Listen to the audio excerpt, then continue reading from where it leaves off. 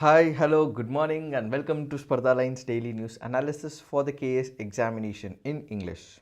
Today we have picked up a couple of important articles from the Hindu, the Indian Express and the Deccan Herald newspaper which are very significant from your KPSC KAS examination point of view. What is that you have to do? Hit the like button, subscribe to our YouTube channel and also share it with your fellow aspirants as well. Let's get started and look into the first article for the day. The first article says, Supreme Court ends immunity for legislators taking bribes. Let us try and understand what is this article in greater detail. First, we have to understand the concept of parliamentary privileges. Then we will try and understand one of the cases that happened back in the 1990s, and now we will also look at what the Supreme Court has reiterated with respect to that case and change the entire norms with respect to the parliamentary privileges. So the first important question that we have to understand is, what are these parliamentary privileges? We have one of the important articles in the Indian Constitution, which is to speak with Article 105 of the Indian Constitution, and similarly we also have Article 194 of the Indian Constitution. What does it speak about? It speaks about powers, privileges, etc. of the House of the Parliament and the members of the committee, and thereupon similar such provision is also present for the Legislative Assembly, for the members of the Legislative Assembly. So what are these powers and the privileges? Let's assume for a moment I am a member of the parliament. No, I am not a member of the parliament, but I am an advocate practicing before the Honorable High Court. But what exactly happens? Since I am elected as an MP or the member of the parliament, I am given certain privileges, I am given certain rights, I am given certain value points where I would be able to speak without any impediments in the parliament. Let's say for example, I have to speak about what is happening in my constituency. There is water issue in my constituency. Despite all efforts that have been made, the water issue is not yet addressed. And at the same time, let's assume there are other related issues, for example, criminalization that is taking place in my area, and I go and appeal to the police officers. They are not working. The government is not allowing these police officers to work because we have a different ideology and we also have a different political party as well. So in all these cases, I would not be able to justice to my constituency. So what do? I go to my parliament, I plead before the house that, dear parliament, dear members, dear house, please see that these are the issues within my constituency. Please address it. So I should be able to speak without any fear. And for example, let's say there are a couple of issues that are present within the constituency, so I have to voice out my opinion. This voicing of my opinion within the parliament might be very rude as well. It might be very stubborn as well. It may sound rude and stubborn. So someone else can file a defamation against me, or I might put a person's name in the parliament. So another person might file a defamation case against me because I took out his name. So what are the privileges here? The privileges basically means that I would be able to speak in the parliament without any fear, without any issues, without any obstacles. So what does Article 105 give me? No member of the parliament shall be liable to any proceedings in any court in respect of anything said or any oath given by him in parliament or any committee thereof. So I might have spoken about a person, or I might have spoken about an organization, or I might have spoken about something which can come ultimately hitting me with a defamation case. In order to prevent it, so that I can speak fluently, so that I can express the desires of my constituency, so that I don't have any fear whatsoever, there are privileges that are accorded to me. And one such privilege is what is called as that in case I do speak anything in the parliament, I am speaking in the parliament against a person, so defamation case cannot be slapped against me. So it is saying that no member of the parliament shall be liable to any proceedings in any court. For example, I have uttered something about a person, that person may slap me with the defamation case. Can he do so? Even if he does so, that will not be standing in the court of law, is what this article is. So Article 105 of the Indian Constitution basically gives the power to the member of the parliament. Similarly, Article 194 of the Indian Constitution gives similar such power, that I utter something in the Legislative Assembly, I speak something in the parliament. So can cases be filed against me for something that I have uttered? No, not at all, because that is is a house where I would be able to speak liberally, freely, without any fear that cases will be slapped against me. So the powers that are given to the parliamentarians, the power that are given to the members of the legislative assembly is to basically ensure that they are able to address the key issues within the country as well as in their constituency. So that is what is called as powers and privileges. But why are we discussing about it? That is because if we go back to the 1990s, what exactly happened? We had the Rajiv Gandhi government in picture. So until 1989, we had the Rajiv Gandhi government in picture, and immediately after that, the Congress government somehow came to the power because there was the Bofors scam.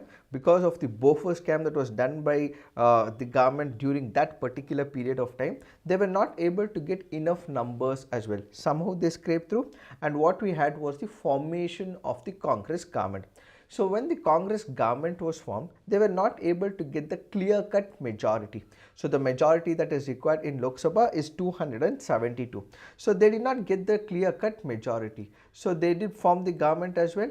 But then opposition political parties filed what is called as a no confidence motion. What is a no confidence motion? It means that these political parties do not have enough numbers. So the opposition political party asked this political party to basically showcase, do they have the numbers to run the government? It is at this particular moment of time, what we have is the Congress which said, okay, we will prove our majority.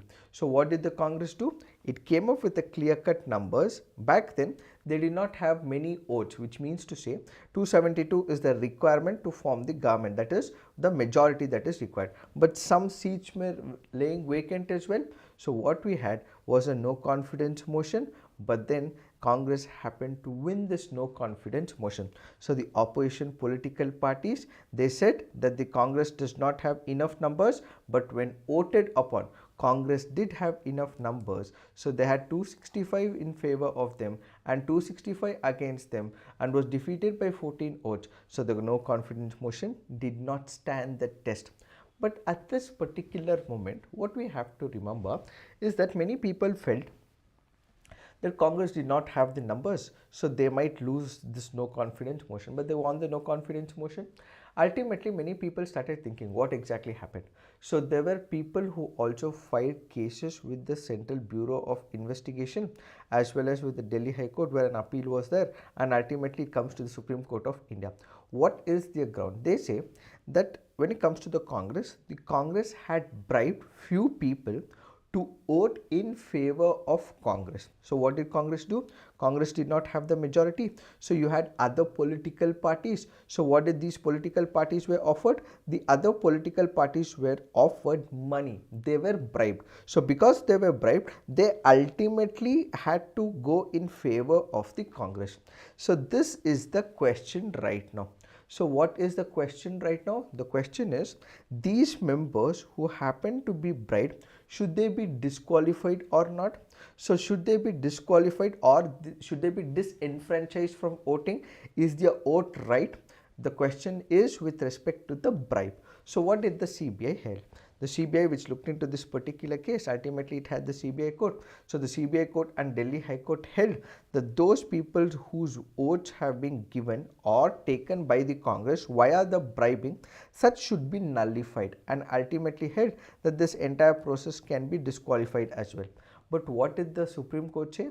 The Supreme Court said that under Article 102 of the Indian Constitution, no member of the Parliament shall be held liable for any proceedings with respect of anything said or any vote given by him in the Parliament. So I did take the vote. Some of the members did take the vote. They voted for the Congress. So they voted for the Congress. But what exactly happened? The Supreme Court took literal interpretation of Article 105 of 2 for any vote given by him in the Parliament. So the bribe factor was not considered, but only any vote given by him in the Parliament was considered by the Supreme Court. So the Supreme Court went on to hold the CBI and the Delhi High Court felt that these people had accepted the bribe outside the Parliament and held that their votes should be nullified and at the same time bribe should be considered in this particular case.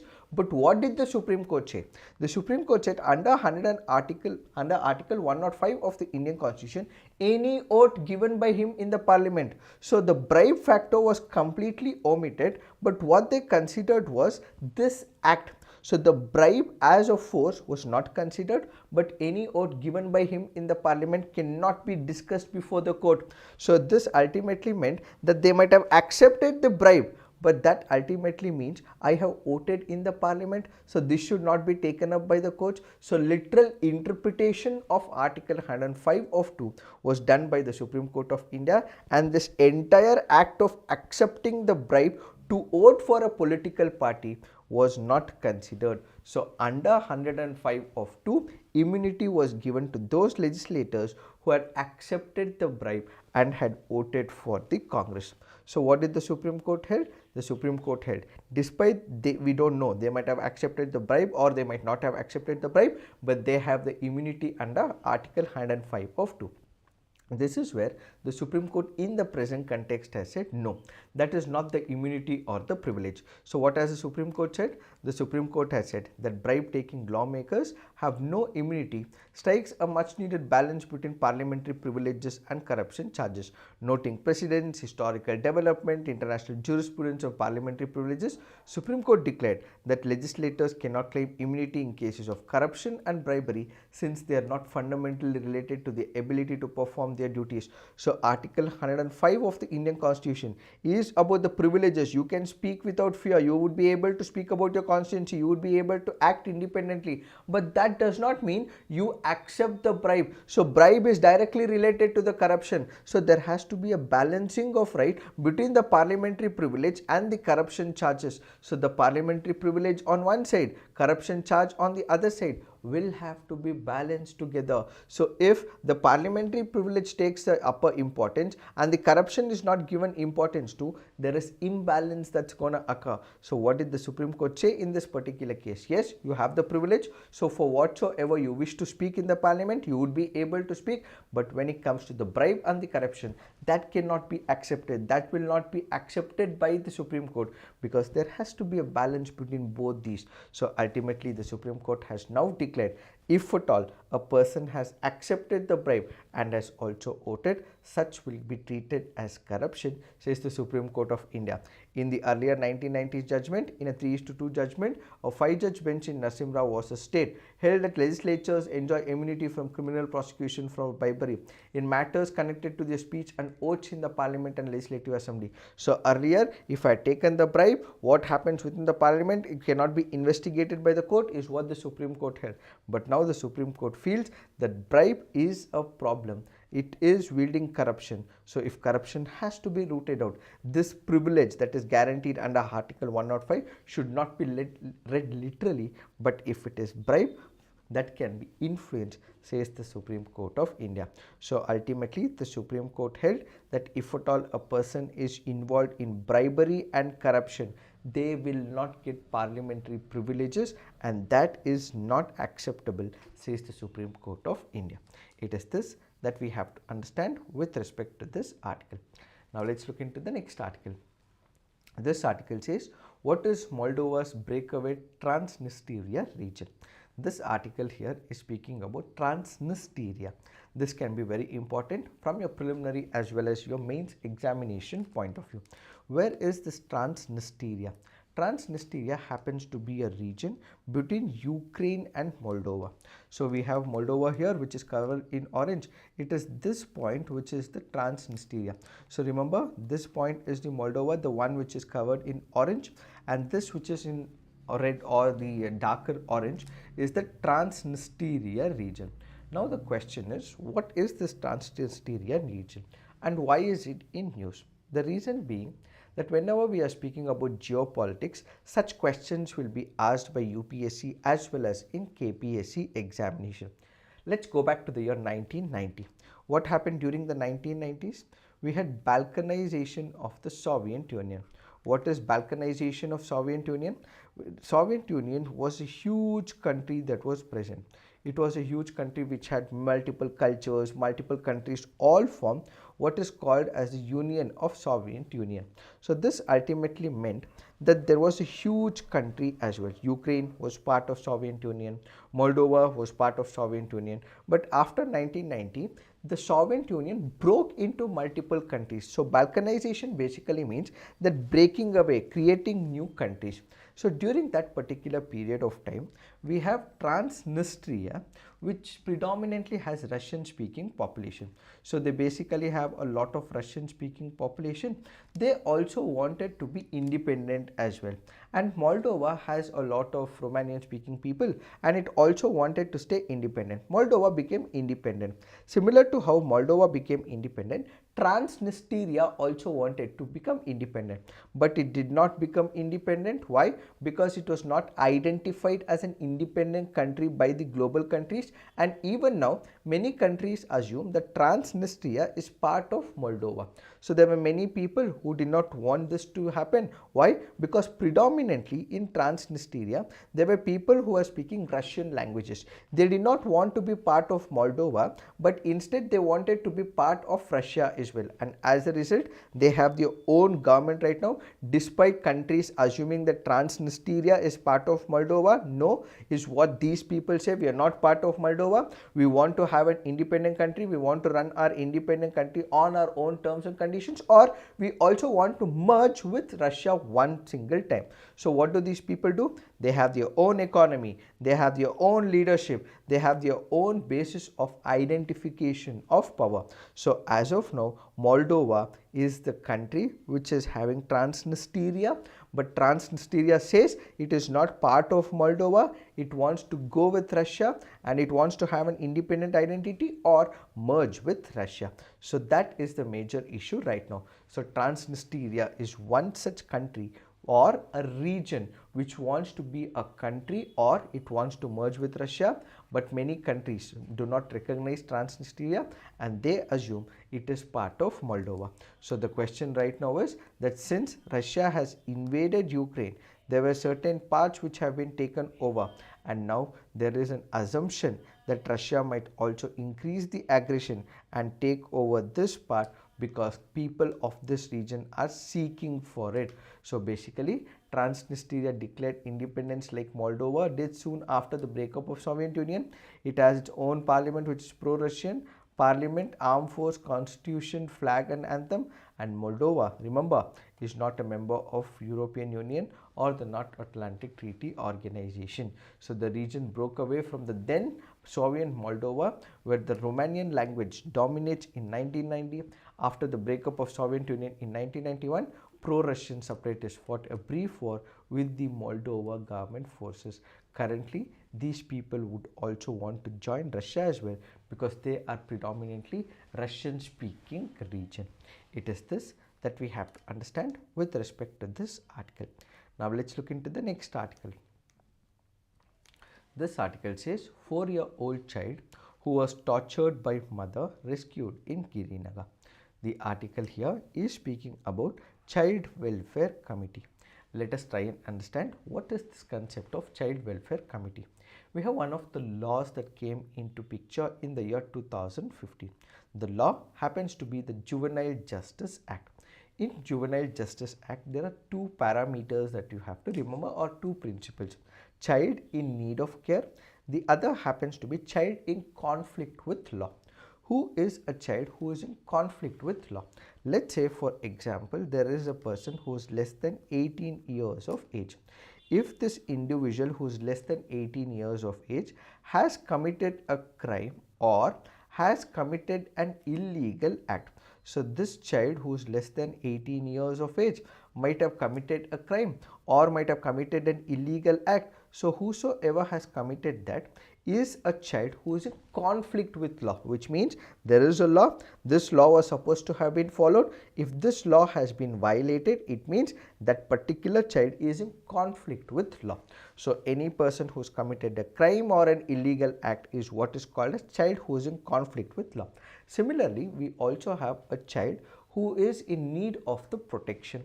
So who is this child who is in need of the protection? Let's say for example an orphan, or a person who is abandoned, or for example who is not taken care by the parents. So those persons who are less than 18 years of age, who are not taken care by their parents, who are not taken care by their guardians, who are abusing them, is what is called as children who are in need of care and protection.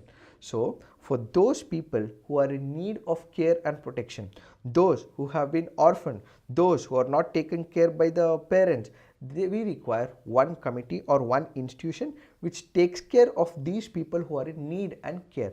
So for them to look after them, in every district what we will have is a child welfare committee.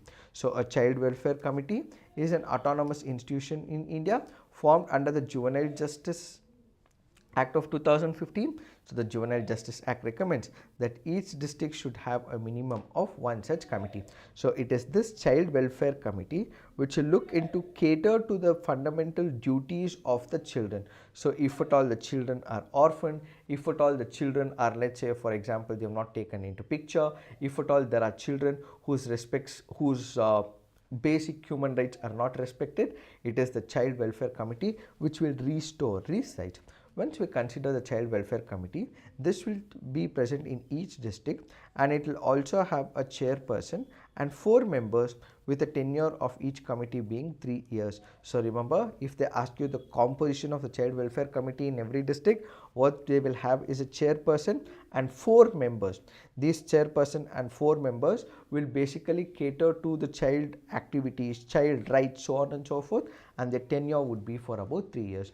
And those who will be selected will be educated, and these people should have an experience of working in the educational domain, health related domain, taking care of the rights of the child as well. And in all the 4 members, one person by default should be a woman.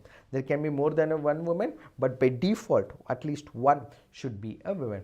If at all they have engaged in any moral turpitude, or for example they have been previously violated the children rights, or for example they have been thrown by the government service, or for example they have been rusticated, or they have not respected the rights of the children in the past, such should not be appointed as part of this child welfare committee. So this child welfare committee will be present in each district. It will have is a chairperson and 4 members, and one among the member will be a woman who would be able to restore the rights of the children.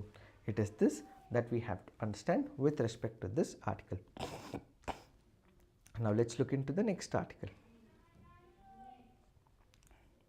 So children in need of care, what is it, is what is explained in this. This is just for your understanding. So who is found without any home or settled place of abode, without any ostensible means of subsistence, who is found working in contravention of labor laws for the time being in force, is found begging or living on the street, who resides with a person, whether a guardian or not, has injured, exploited, abused or neglected, has threatened to kill, injure, exploit or abuse the child, who is mentally ill or mentally or physically challenged, who has a parent or a guardian and such parent or guardian is found to be unfit or incapacitated, who does not have parents or no one is willing to take care of, who is missing or runaway child, or whose parents cannot be found after making reasonable inquiry, are all people who require the protection. Now let's look into the next article. This article says, what's in a surname? Let us understand what is this article in brief. You don't have to go through this entire article, but this also speaks about some kinds of misogyny that is still present in the society. So this article says that there was one woman. The woman had got married and she also wanted to divorce her husband. And over a period of time, because she wanted to divorce her husband, she also wanted to change her name as well. But what does the law says? The law currently says that if at all you have to get it, one, a married woman must either furnish divorce papers, that she has to furnish a divorce papers that she is actually divorced that particular person. But what if she is wanting to divorce, she's filed an application before the court. In that particular case, if she wants to change her name, can she so do it? No, as per the present condition, or she has to get a no objection certificate from her husband. So the article here says that if at all I being a woman, if I want to change my name, if I want to delete my husband's name, or I want to ensure that my husband's name is not there in my name, it is the prerogative of the woman to decide what name she wills. But why should she even take the husband's permission? Why should she wait for the entire divorce proceedings to conclude? Why should that woman even take a no objection certificate from the husband? Does the husband have the wife's name? No. Why is this patriarchal imposition being put on the women? Why should the women have the say? Why should a man have a say when it comes to the women's name as well? So this article says that it is a form of an harassment. This is a form of a misogyny. This is a violation of Article 14. This is a discrimination in practice in Article 15. So if a woman wants to pick and choose and select the name that she wishes to, she should be able to do it on her own terms and conditions, and she should not be imposed with any kind of such wordings that she has to take a no objection certificate from her husband, or she has to get this complete divorce proceedings happening. So it is an harassment. So this has to change, is what is this article all about. Now let's look into the next article for the day. This article says a case to reform bail law and guidelines, but make the right diagnosis first. What is this article speaking about? This article here is speaking about bail.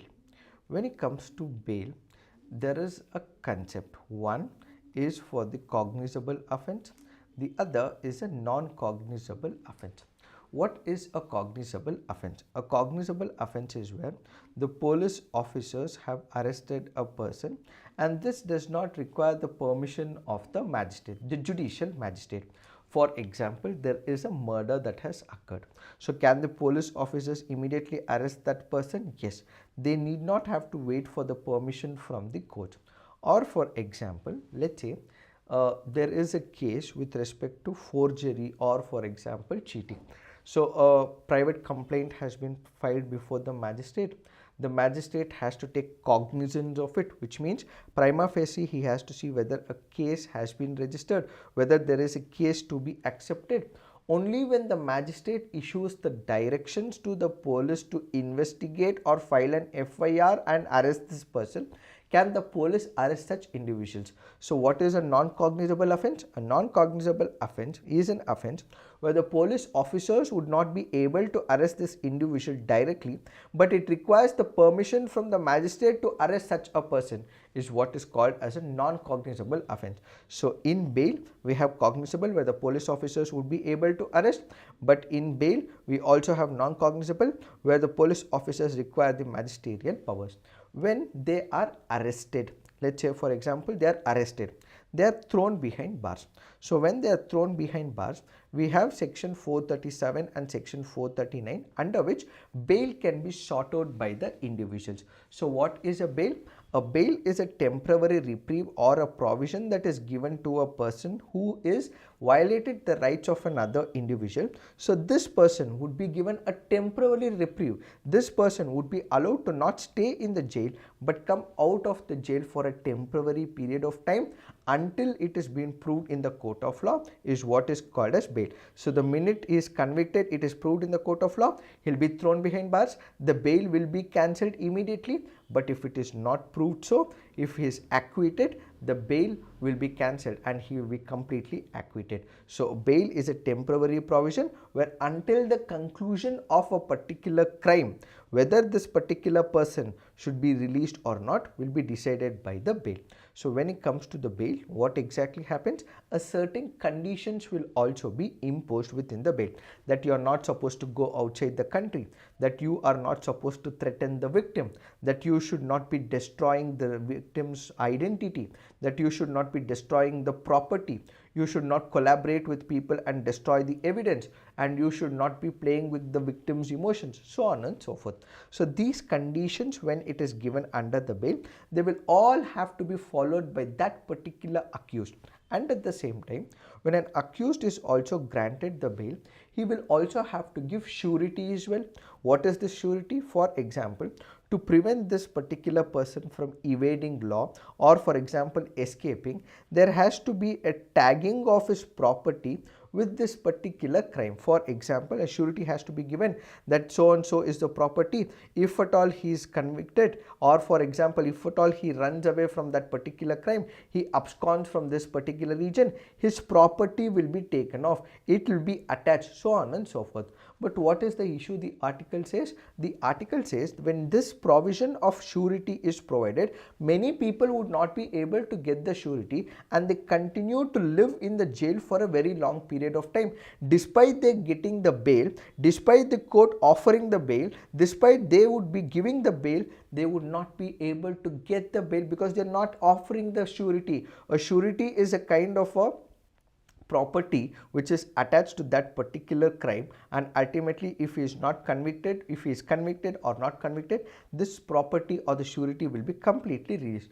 But in the instant case, because he is not able to give the surety, many people, despite they getting the bail, are being still under trials in the prison because there are no people to give them the surety. So the major problem is, as of now, there are issues. The poor people who are not able to give the surety are still suffering behind bars, and they yet not getting what is required in the form of justice delivery, and ultimately all these issues are getting violated, says this article. So the article basically goes on to say that whenever a bail is given, these people or new kind of laws will have to be taken into picture, is what is this article all about.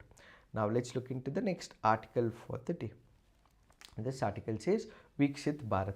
So the Viksit Bharat happens to be one of the important government's proposal or a roadmap to making India a completely developed nation by the year 2047. So they might ask you a question, Viksit Bharat 2047 as envisaged by the government of India, what is it? So this happens to be a government's roadmap to making India a completely developed nation by 2047. 100 years after independence, Modi has stated the core objective of the Viksit Bharat is to foster inclusive participation among all citizens. So a key component of this initiative is the ambitious goal of elevating India to the rank of world's largest economy within 5 years, contingent upon NDA assuming power once more. So basically this is a document which envisages economic growth, sustainable development, improvements in ease of living, doing business, enhanced infrastructure, bolstered social welfare initiatives. These are some of the initiatives that will be taken so that we become what is called as the developed country. It is this that we have to understand with respect to this article. In case you're liking these initiatives, please hit on the like button, subscribe to our YouTube channel, and also share it with your fellow aspirants as well. Thank you for watching. All the best.